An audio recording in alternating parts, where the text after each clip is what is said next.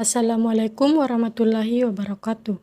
Kami dari kelompok 8, mata kuliah Bahan dan Material Bangunan, dosen pengampu Ibu Siti Belinda Amri STMT dengan materi kayu sebagai bahan bangunan.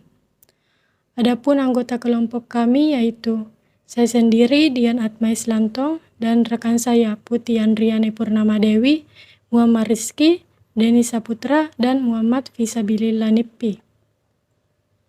Langsung saja ke materi, mengenal kayu sebagai bahan bangunan. Seperti yang kita ketahui, kayu merupakan bahan bangunan yang diperoleh dari hasil penebangan pohon, baik di hutan alam, hutan tanam industri atau HTI, maupun tempat-tempat lainnya. Kayu untuk bahan bangunan harus dipilih sedemikian rupa sehingga tidak memiliki cacat-cacat yang dapat membahayakan konstruksi bangunan. Bagian pohon yang dapat digunakan sebagai bahan bangunan adalah bagian pangkal dan bagian tengah. Bagian pangkal umumnya tidak memiliki cacat bawaan, sehingga cukup baik untuk digunakan pada konstruksi bangunan. Bagian tengah kadang-kadang memiliki mata kayu. Apabila mata kayunya kurang dari 5 cm, maka dapat digunakan untuk bahan bangunan. Kayu hasil penebangan pohon yang masih dalam bentuk asli disebut kayu gelondongan atau log. Panjang kayu log umumnya kurang dari 5 meter. Kayu log kemudian ditanggalkan kulitnya atau sebagian besar kayu gubalnya. Ada yang berbentuk dol, ada pula yang berbentuk papasan, seperti pada gambar di samping. Kayu tersebut selanjutnya diangkat ke pabrik penggergajian. Sebelum dilakukan penggergajian, harus dirancang dimensi kayu gergajian yang akan dihasilkan sesuai dengan keadaan kayu teras. Sebab kayu teras mengalami susut lebih kecil dari kayu gubal. Tanpa memperhitungkan susut tersebut, hasil gergajian akan menghasilkan bentuk kurang baik, seperti bengkok ataupun terpuntir. Produksi kayu gergajian atau lumber yang akan dipakai untuk konstruksi umumnya berbentuk batang kayu segi 4 panjang atau balok dan lembaran kayu pipih segi 4 panjang atau papan. Menurut Aries Study pada tahun 2008, untuk menghasilkan produk kayu gergajian yang baik dan efisien, terdapat 3 metode penggergajian yang baik berkaitan dengan penyusutan kayu saat pengeringan, yaitu lurus atau plain sewing, perempat, bagian atau quarter sewing, dan penggergajian tipikal atau typical sewing. Ukuran kayu hasil gergaji yang beredar dalam perdagangan ada banyak macam. Khusus untuk bangunan, ukuran panjang kayu umumnya kurang lebih 4,20 meter dan dapat dibuat lebih panjang sesuai kebutuhan ataupun pesanan. Sedangkan ukuran penampang kayu dibuat sesuai dengan penggunaannya pada bangunan, misalnya lis, jelusi, papan, usuk, kuda-kuda, gelagar, dan sebagainya. Jenis kayu untuk bahan bangunan. Kayu jati. Jenis kayu untuk bangunan yang pertama ialah kayu jati. Kayu jati ini merupakan jenis kayu yang cukup populer dan banyak yang mencarinya. Kelebihan dari kayu jati ini terletak pada daya tahannya yang kuat, tahan lama, tahan terhadap serangan rayap, hingga kesan indah. Maka tidak heran jika harga yang ditawarkan di pasaran tergolong mahal. Meskipun memiliki harga yang tergolong mahal, hingga saat ini kayu jati masih menjadi primadona di kalangan masyarakat. Kayu merbau. Kayu merbau memiliki kelebihan yang hampir mirip dengan kayu jati, sehingga tidak jarang orang-orang menggunakan kayu merbau ini sebagai alternatif penggunaan kayu jati. Harga dari jenis kayu ini juga tergolong mahal, namun masih di bawah kayu jati. Biasanya kayu merbau digunakan sebagai penyangga dan tiang untuk atap rumah. Jenis kayu bahan bangunan ini bisa jadi alternatif bagi yang ingin memiliki struktur bangunan dari kayu yang kuat dan stabil selain kayu jati. Pohon merbau dapat dijumpai di beberapa pulau Indonesia, misalnya Kalimantan, Sulawesi, dan Papua. Kayu gaharu dan kayu kamper. Kayu gaharu merupakan salah satu kayu termahal yang ada di dunia. Hal ini disebabkan karena kayu gaharu memiliki daya tahan yang kuat, kokoh, dan awet. Biasanya kayu ini dimanfaatkan untuk pembuatan kerangka rumah, pembuatan furnitur, hingga yang lainnya. Kayu kamper memiliki serat yang halus dan dapat menampilkan kesan yang estetik. Biasanya jenis kayu ini digunakan sebagai bahan baku untuk pembuatan jendela dan pintu. Hampir sama dengan kayu jati, kayu kamper juga tahan terhadap serangan serangga. Kayu kamper ini memiliki bobot yang lebih ringan dan harga yang terjangkau jika dibandingkan dengan kayu jati. Jenis kayu untuk bahan bangunan. Kayu ulin. Kayu ulin ini memiliki kelebihan pada daya tahan yang kuat menghadapi perubahan suhu hingga pengaruh dari air laut. Kayu ulin ini biasanya dimanfaatkan sebagai bahan baku atap, pondasi, hingga lantai rumah. Kayu ulin ini bisa dijumpai di daerah Kalimantan, Bangka Belitung, dan Sumatera. Selanjutnya, kayu meranti merah. Kayu meranti merah memiliki keunggulan dari daya tahan yang cukup kuat. Pohon ini banyak dijumpai di daerah Kalimantan. Terdapat dua jenis kayu meranti, yakni kayu meranti merah muda dan kayu meranti merah tua.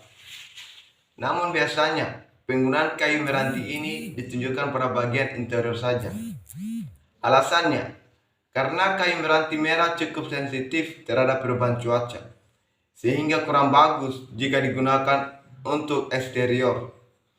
Jadi lebih baik digunakan untuk bagian interior dari eksterior, untuk minimalisir terjadinya sesuatu yang tidak diinginkan.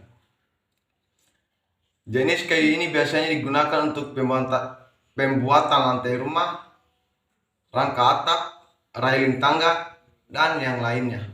Selanjutnya, sifat-sifat fisik kayu. Kayu merupakan bahan bangunan yang banyak disukai orang atas pertimbangan tampilan maupun kekuatan.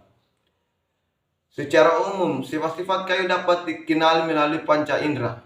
Sifat-sifat kayu sebagai bahan bangunan dapat dibedakan atas bau, warna, tekstur, pola serat, kesan raba, berat, kekerasan, kekuatan, kadar air, dan penyusutan kayu. Bau kayu. Setiap jenis kayu memiliki bau khas tersendiri, sehingga dapat dibedakan dengan jenis kayu lainnya, seperti asam, agatis damar, cendana, dan sebagainya. Warna kayu.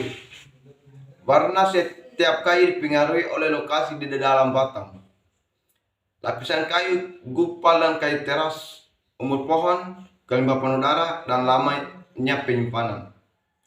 Warna kayu ada beberapa macam, diantaranya putih, coklat, merah, kuning, coklat kemerahan, coklat kehitaman, dan lain-lainnya.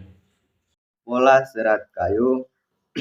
Pola serat kayu adalah sifat-sifat yang ditentukan oleh arah umum sel-sel kayu.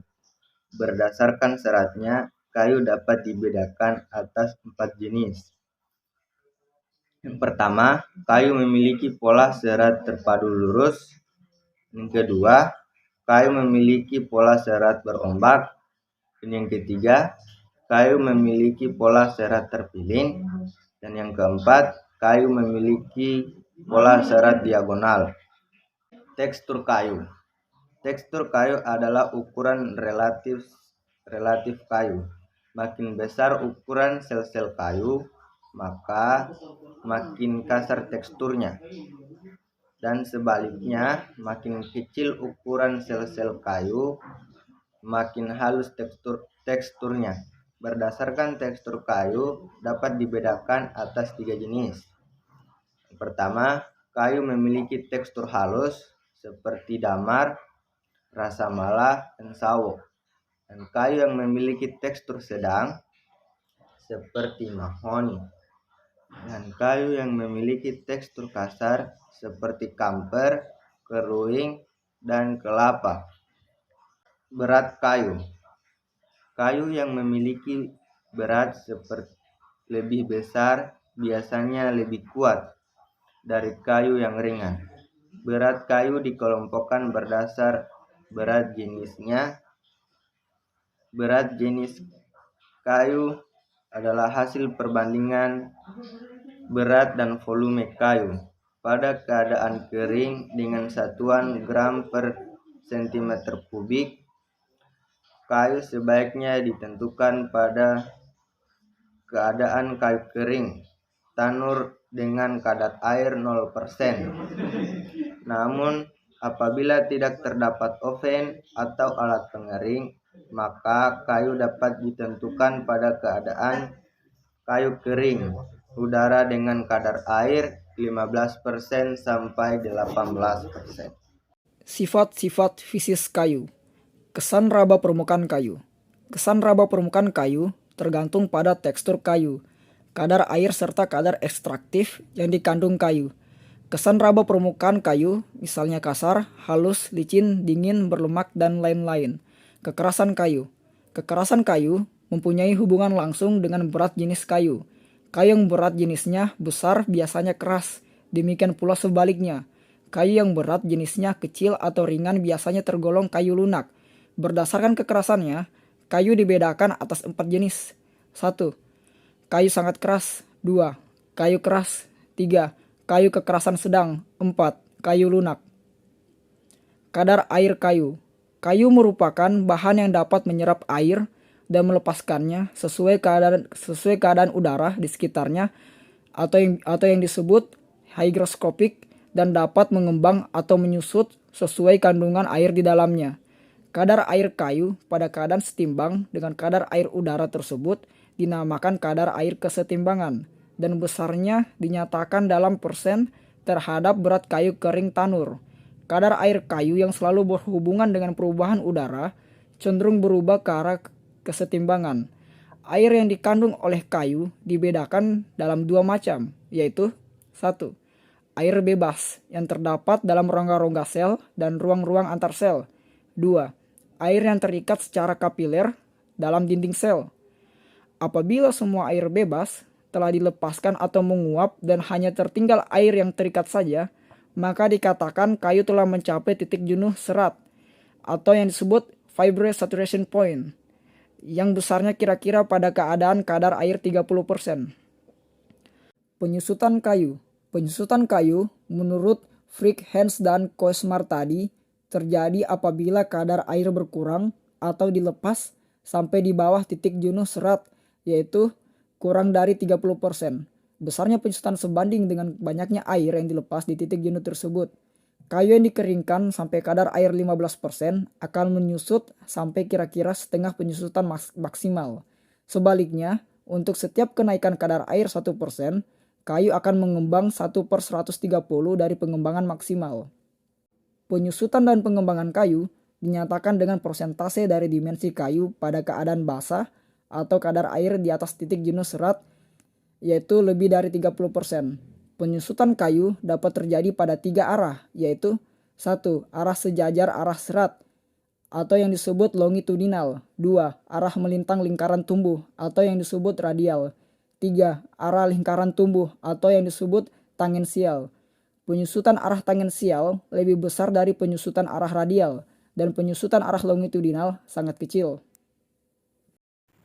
Baik, itulah tadi pemaparan materi dari kelompok kami.